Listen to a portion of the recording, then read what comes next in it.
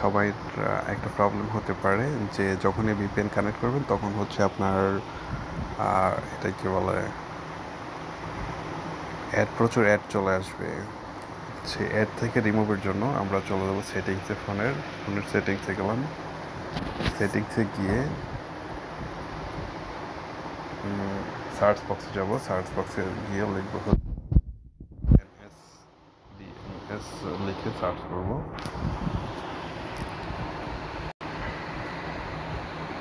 Private DNS আসবে। Private DNS থেকে private ডিএনএসের উপরে ক্লিক করব। এখানে আমার যে ডিএনএসটা লেখা দেখা যাচ্ছে dns.adcard.com, এটা সবাই একটু লিখে নেবেন। dns.adguard.com, এটার উপরে ক্লিক করে সেভ করে দিবেন। Private DNS provider host name, এটার উপরে ক্লিক করে সেভ করে রাখবেন। এটাকে অফ, যেটা অধিকাংশ অফ থাকবে, কারো কারো একটা সাইট বন্ধ থাকার কথা।